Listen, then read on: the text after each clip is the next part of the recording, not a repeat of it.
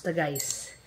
Malamig na naman. Mukhang hindi na dadaan ng summer Wala nang Ang katigil. lamig Bagay, magreklamo pa ba kami? Mas matindi ang Mas nangyayari matindi sa ang ulan Pinas. sa Pinas, sa US. Yung baha. So, ingat-ingat kayo. Sobra talaga Dito, baha. Saglit lang. Kumbaga, hindi pa baha Kumbaga, naipon lang na tubig. Tapos, maya-maya, wala na. Yan. Dito yun lang ang problema yan, malamig. Nakakaano dito sa bahay. Siyempre, wala. Hindi naman ako nag-heater ng ganitong panahon. Kaya 21 dito sa loob ng bahay, medyo malamig. Tapos yun pala yung yung umuwi tayo last year, July yun, di ba? Hindi mo umuwi tayo ngayon. Gandang panahon po. Naku po, inaabot tayo ng baha doon. Pero nung umuwi kami nung last year, Ulanan na rin. Kaulanan na. Tapos katatapos lang nung matinding dahil sabi nung nagda-drive ng Uber, di ba, kalalabas lang daw niya dahil nga sa mga ganong baha-baha. Pero kung tumuloy kami ng uwi ngayon na gantong panahon uli, wala. Ubus ka agad ang oras mo sa loob pa lang ng bahay. Yun ang mahirap kasi syempre limited lang yung oras mo. Although maganda yung oras na yun, natin kay Mami, di ba? Doon tayo mag-i-stay talaga. So, tingnan natin. Naghahanap pa nga kami ng tutuluyan. Airbnb dun sa lugar na yun. Na malapit kay Mami. Actually, marami naman. Kaya lang, syempre, yung pag nag-check ka ng price dito ng mga Airbnb, mas mataas ang price kesa doon. Mas mataas. Kasi last time, kang La Nina kami nag-stay kasi nga walking distance lang kay Mami. Kaya lang ngayon, 4 na kaming uuwi. Medyo mahirap na kumilos, masikip. Noon, okay pa. Medyo masikip na ng time na yun. 3 lang kami. Ngayon, 4 na kaming uuwi. Kaya, muna kami? Hanap-hanap muna kami. Tsaka, kagandahan din nun, syempre. Hindi ka na, malaya ka talagang bahala ka kung anong gusto namin gawin, di ba? Okay, oras mo talaga. Uwi naman kami ng Bulacan, doon sa sa bahay namin. Mga sa 1 week ba doon? Hindi. Mag-outing tayo. So, 2 days before tayo pumunta ng outing, stay na tayo doon. Tapos labas ng 3 next. Pagbalik, stay siguro another day. Layas na, balik na. Balik na. Kaya ang bilis na ang oras, lalo mag-Japan lang. May nagtatanong pa nga paano raw itinerary namin pa Japan, Pinas to Japan. So siguro sa next lang discuss namin paano namin nahanap yung ticket, kung ano sa next na vlog. Actually, malaking pasasalamat namin sa mga kaibigan din namin dito na mga nagsasuggest ng mga ganun. Sila Olive tsaka si Louie. Kasi sa Japan o ganito, ganyan. Kung may mga suggestions sila, lalo na kay Sis Bianca. Lalo na dun sa pamilya ni Sis Bianca. Siya talaga yung nag-guide sa akin nag-guide sa amin na, sis, check mo yung naka-sale na yan. Pupush ka talaga. Kasi ako nakaabang na ako, kaya lang. Siya kasi, kumbaga, eksperto na siya sa pag-check ng mga flight. May nakita siya, kaso nung time nasa work ako, pero still, tinignan ko pa rin nung gabi. Kaya nakakuha kami. Umabot pa naman. Maganda-gandang deal. So, ayun nga, medyo excited na kami sa mga pupuntahan at saka sa Tapos kagabi nga nanonood kami ng di ba? Nung YouTube. Nung saan ba yan? Karamoan ba? Oo. Karamoan. Ang ganda. Sabi niya, punta kaya tayo. Sabi, pwede naman. Sabi ko, kaya lang uubos ka ng at least ron. Another 4-5 days.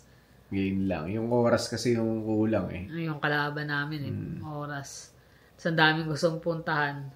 Hindi tugma. Tapos sabi ko hindi naman tayo makabook ahead kasi maulan that time. Bagyo. Hindi sayang lang. Sabi nga namin kung maganda yung biglaan na may flight agad doon. No. Pagbaba mo, yun biyahe na. Pero malabo yun Maraming priority pa Siyempre, mas namin makasama yung family. Family, siyempre. Lalo siguro na si kung mas sa susunod talaga na uwi, try namin extend na mas mahaba yung bakasyon namin. Tsaka yun nga pala, yung yung mga tungkol dyan sa mga biyahe-biyahe na yan. Siguro naman hindi yung marami rin nakabalita nun, sigurado. Yung dalawang Pilipino. Isang lalaki, isang babae na yung flight nila pauwi ng Pilipinas galing dito sa Canada. Nahulihan sila ng ng gaano karaming shabu yun. 20 kg yung sa lalaki, yung sa babae, 24 something? Mas marami sa babae. So nakakapagtaka, di ba? Paano nangyaring nakalabas ng Canada yun? Hindi ba iniscan yun? Kaya nga parang niisip ko baka yung connecting flight sa Hong Kong nag-Hong Kong sila di ba? Pero hindi usually sa mga flight, halimbawa gaya natin, kung kahit may connecting ka, minsan diretso na sa destination mo yung mga maleta mo Destination na kagad yun, hindi na bababa. So sila na magta-transfer kasi connecting lang naman hindi ka naman mag-i-stay ng matagal doon sa... Siguro. Nakakapagtaka, just imagine 20 tsaka 20 plus. Ang allowance ng isang luggage is 23 kg. Baba or 32 kg. Depende sa laki ng mo. Depende so paano sa hindi airline. na-scan yun, di ba? Halos yun ang laman nung maleta. Tapos may umaan sila na hindi raw sa kanila, ganyan. Siyempre, mahirap patunayan na ganun. Pero sa kanila nakapangalan yun Tsaka nakakapagtaka doon kasi same na kumbaga hindi sila nagsabay ng flight. Pero halos pareho ng pattern. Tsaka yung packaging nung Pare-pareho. Ano pangalan nito nung pagkakapackage ng drugs. Pareho daw Sabi sa pero mo sa Pilipinas pa nakita yung yung na yun, hindi na-trace ka agad bago lumabas ng Canada.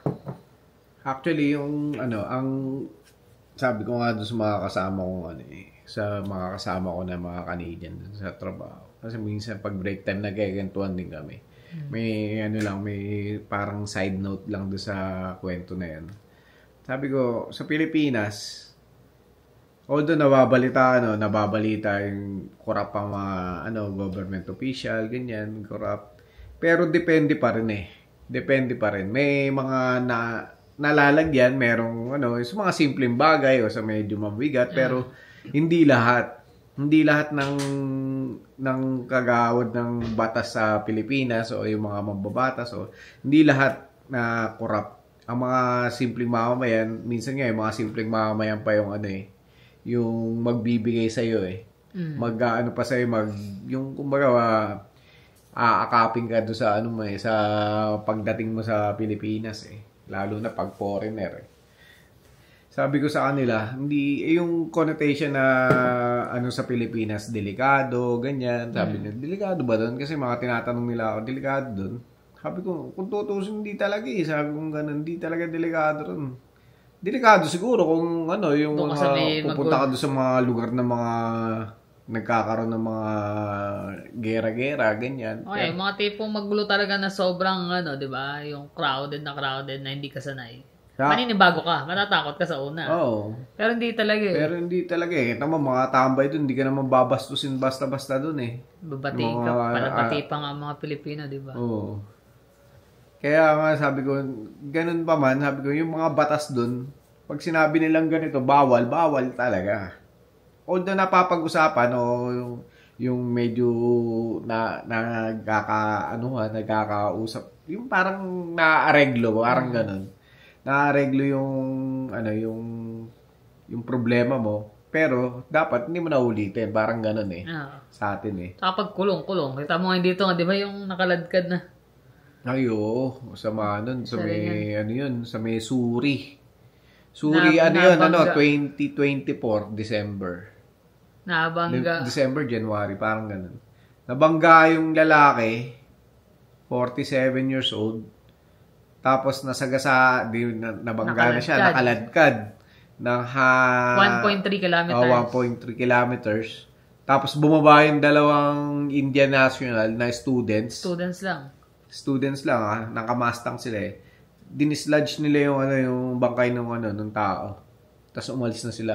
Hindi nila expected may mga camera na akalain mong sabihin sa kanila nung judge, 3 years. 3 years lang. 3 years kang dito, ikukulong, tapos di-deport ka na. Sa Pilipinas yun, doon ka na. Hindi ka na makakalabas talaga. Malabo ka na. Kasi, parang nasagasaan mo, instead na tulungan mo, Dinalagyan mo pa. Ang katwiran pa ng abogado ng mga yon. Natakot daw. Natakot. Pero kung natakot ka, bakit mo tatanggalin yung ano yun, di ba? Ibig sabihin. Kung talagang ano mo na natakot ka at nagmamadali ka. Iintuan mo yun. Hindi. Ibig sabihin, naalis ka na. Hindi yung hinto ka, tatanggalin mo yung bangkay, ganyan. Saka kung unang takot, isip mo agad, teka, sige, tulungan ko na lang to. Bahala na kung anong mangyari sa'yo.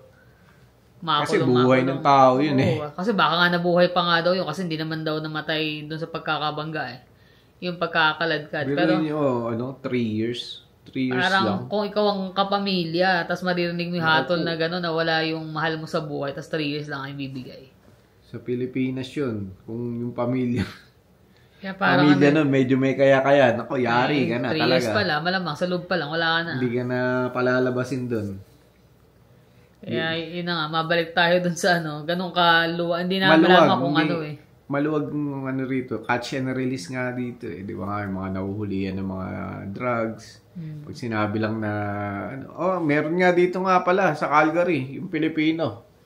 Tanda mo yan yung Pilipino, tapos nagwa-wild yung kapitbahay ng may dalang palakol. Tapos pinalakol yung truck niya, tapos yung mga halaman niya. Pinagbabasag. Tapos yung next nun, sa pinto, harap na ng pinto. May dalang palakol, 2 palakol. Nakakatakot. Kung tutusin, nakakatakot talaga. Kasi armado na siya ng palakol Tapos kinakalampag yung may mga anak ka, diba? Paano yun? Masasyak yung mga anak mo nun. Sabi nga nung kababayan natin na nakatira. Sabi niya, ito yung sanctuary yung bahay mo Kumbaga, yung feel safe ka. Tapos ganun yung gagawin mo ng kapitbahay. Dati raw hindi naman daw ganun maganda yung sagot ng pulis. Kasi tinawag na nila, nireport nila, tapos pinasa nila yung mga videos na naka-record doon sa mga ginagawa niya. Kasi pinakita talaga sa sa Omni, no? Omni News. So sabi nung mga pulis is meron daw hindi pa na-examine hindi pa nakakausap, hindi pa na kumbaga hindi man lang kinatok na bakit ginawa mo to, hindi ang sabi agad mental issue raw. Mental health issue. Paano nila nalaman? Hindi pa naman nila chinek na hindi man lang nila kumbaga para sa Pilipinas inaaway ka ng kapitbahay mo, blatter mo sa barangay, paghaharapin kayo, di ba? Pag-usapin kayo, magkakapitbahay kayo. Yun yung sa atin kakaiba kumbaga yung maraming mga kumbaga nagpapatupad ng batas sa atin, tsaka nangangalaga ng kapayapaan. So, may mga step na nakakatulong. Kumbaga, sa mga kapitbahay, ganyan. May mga kagawad, barangay captain. Dito, police 911, tawag ka. Hindi agad pupunta. Tapos sabi pasasagot, health issue. Mental health issue. Paano gagawin? Siyempre ikaw, maangamba ka dahil nasundo ka sa bahay mo. Anytime, pwedeng lumabas na naman. Tapos yun na lang isasagot sa'yo. Diba? Ano gagawin mo? Hindi. Ibang-iba yung ngayon dito sa Canada kumpara sa atin. Sana maging maibalik sa dati. Maging mas maayos na uli. Kung hindi naman sa mas maganda sa atin, pero natutupad. Kumbaga yung may mga nasisintensyahan, may mga hindi kagaya dito, ang dami kagaya ng mga sa immigration, may nahuli silang nandoloko doon sa mga papers dahil nga yung pangalan nito, yung sa refugee. Student siya tapos nag-refugee. Ang dami. Pare-pareho sila ng dahil. Pare-pareho, 200. Pare-pareho ang dahilan. Ano ginawa? Wala lang. Wala, pinapasok din. Dapat nun, pag ganun, hindi ka na pwede. Pare-pareho fraud yun Isa ang reason Alam mo, pare-pareho ng isa lang ang nagturo At tanong doon, sino yung nag-check ng immigration agent doon? Nako. Nakakaano rin Nakakalungkot na gano'n ang nangyayari. Iba na yung dito nag-iiba, unti-unti na. Tapos pasok na yung mga iba pang mga refugee. Kumbaga magiging Kung nanonood kayo ng mga international news, nakita nyo yung France, nakita nyo yung, yung UK, kahit sa, sa Ireland, nagkakagulo na sila kasi Hindi na makontrol Yung mga mass immigration pasok. Yun ang sana mabago. Maibalik ng Canada. Yung dating nila. Yung pagiging mahigpit sa, kumbaga, maano sila sa pagpasok ng mga immigrant, pero talagang ini-scan nila isa-isa. Hindi naman doon sa kami, racist o doon sa bias kami kasi ganun din naman kami, immigrant din kami, pero iba na kasi yung yung datingan Alam mo, bawat Pilipino pinaghihirapan bago makakarating dito. Sila hangga't maaari baka puro palusot no? Ginagawa nilang corrupt yung kumbaga nangyari, pinalusot ka na nga, gawin mong maayos yung mo rito. Hindi yung isang pagsisimulan pa ng gulo o kung ano man. Protesta. Medyo maluwag talaga kumpara sa Pilipinas. O sa iba pang mga... Yun na nga lang, di ba, yung sa drugs. Paano nakalabas yun Paano nakalabas sa Canada yun? Sa Pilipinas nakita. Ang pa noon, yung isa ron yung babae, may edad na yun 60-something? 60-something na? Oo. Siya? Canadian citizen. So, hindi natin alam anong mangyayari sa kanya. Kung ikukulong ba siya sa Pinas or dadalhin, papadala dito, i-deport. Iyan. Pag, swerte niya, pag dineport siya dito. Pero kung may dual citizenship siya, malamang doon na siya sa Pilipinas. Dali na siya doon. Or baka mahirapan din kunin niyo, diba? Lalo drugs. Ang laki nun. Hindi naman basta-basta drugs na marijuana kung lang Shabu Kilo-kilo. Ilang, worth 300 million ba? Shabugahe nga nakalagay doon sa balita Shabugahe. Ay, nako. Pero minsan nakakatakot din lalo pag bibiyahe ka, di mo alam, may malagyan ka na kung Kaya maging maingat tayo sa lalo pag nagbabakasyon. Kahit nga wala kang dala, may lalagay na bala sa iyo di ba? Kaya kami, sabi nga namin much better na ka na lang. Yung light lang yung dala mo. Light lang talaga. Baga, kung pwedeng hand carry na lang. Kahit pabalik. Kaya sabi ko nga sa mga kakilala, pasensya na kayo. Hindi kami makakapagdala ng mga padala nyo sigarilyo. May mga nakakipabili nga, pero sabi, pasensya na kasi maliit lang talaga yung allowance namin. Siyempre, bakasyon. Ang main goal namin doon, magbakasyon. Hindi mamili. Kasi lahat naman, available naman dito Nung bago kami, yun, ganun gitagang, bili kami. Oy, gusto namin ito, na-miss namin sa, sa Canada, wala. Bili tayo. Ngayon, naisip mo, sayang yung doon na lang, nabibili naman dito. Ngayon, ang mahal na rin sa atin sa Pinas. Kumbaga, di na nalalayo ang presyo. Dadali mo pa, lalagay mo pa sa... Gaya nung nangyari kay Jermaine, ang daming binili mga kung ano-ano Sa Jermaine, alam mo naman yun, nasabik sa kung anik-anik na nakikita niya Kaya sinabi ko sa dalawa, pag kayo namili at dinala nyo dito at pinagbayad kayo sa immigration, okay lang naman sila magdala, basta doon lang sa allotted nila na... Oo, sa kanila, yung allotted. Kasi last time, talagang dami ni Jermaine, kaya bayad kami. Almost $200 yun, Imbis na dala mo na rito pabalik, nabayad lang sa Sabi ko nga, hindi mo. Yung $200, pwede mo ibili lahat ng mga binili mo rin doon Oo. Ay, Yun lang naman, na-share lang naman namin ang mga rito, lalo sa ganyan. Ingat-ingat sa mga biyahe-biyahe natin, lalo sa yung mga pauwi sa atin. Siyempre, double check niyo yung mga bagay niyo. Tsaka kung meron kayo available na camera siguro. Kahit mga GoPro lang. Para lang, proof na habang binubuksan nila or Tsaka isil nyo ng husto. Seal nyo ng husto. Kasi hindi naman nila pwedeng buksan basta wala mong walang, yun tatandaan nyo kasi may mga akala nila kung Pilipino, hindi aware sa mga batas doon. Ang bubuksan kung hindi ka takaharap or Kaya nga sa Pinas, may mga connecting kayo, minsan hindi nyo lang kung may nagbubukas na ang hand carry, lalo dadan sa scan, i-seal nyo ng husto yung mga nyo. Importanteng gamit, lagay nyo sa pinaka-ilalim or sa may zipper. Para safe talaga. Maging maingat, mainam na yon kesa sa huli tayo magkaroon pa ng problema. Titingnan mo, Canadian citizen na siya, tapos nasa 60s na siya. Ano ka na pa? Ano gagawin mo doon? Kunyari, sabi mo na makakapera ka doon. yung pampera na ano na yun eh. I-risk mo, di ba? I-risk mo yung buhay mo doon, yung natitirang panahon mo sa mundo. Makukulong ka pa. Let's say, mabuhay ka lang ng 30 years, 20 years, swerte na. Makukulong ka pa. Imbis na ini-enjoy mo na lang kasama ang pamilya mo. Kaya iyak silang dalawa eh, no? Ay sabi, hindi nila alam. Pero who knows? Mahirap bang husga? Hindi natin alam kung ano. Hindi masasabi. Pero sa kanila sa bagahe nila eh. Hindi naman pwedeng ma-switch yung bagahe. Nakalagay naman yung pangalan. May tag pa yun. Ay, posible naman na, pakidala na lang to. Hindi ka makikipadala. Papadala ka ng buong bagahe mo. Di ba? Yun ang laman. Yun lang naman. So, ano pala? Mabati ko lang ng happy birthday ang aking ate. Kasi birthday niya na July 24. Happy birthday. Ilan taon na?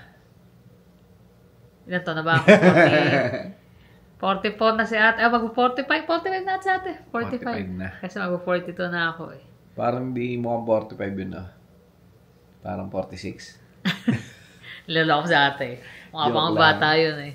Si Patrick ganun din ang edad na. Hindi, mas matanda si Patrick. Mas matanda ba? Kala ko magkasing edad lang sila. Mas matanda ata ng 2 years o 3. Parang ganun. Yeah. So, yan. Lapit na tayo magkita-kita. Ilang buwan na lang. Magsasama-sama na ulit, magbabanding. Papalamig na uli si Brian ng Red Doors niyan. Maiinom. Maiinom tsaka si Patrick. Yan.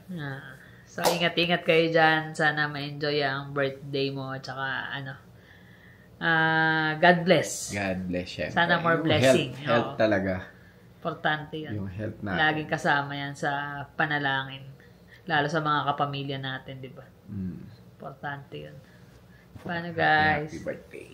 Thank you for always watching. See you in the next vlog. Bye.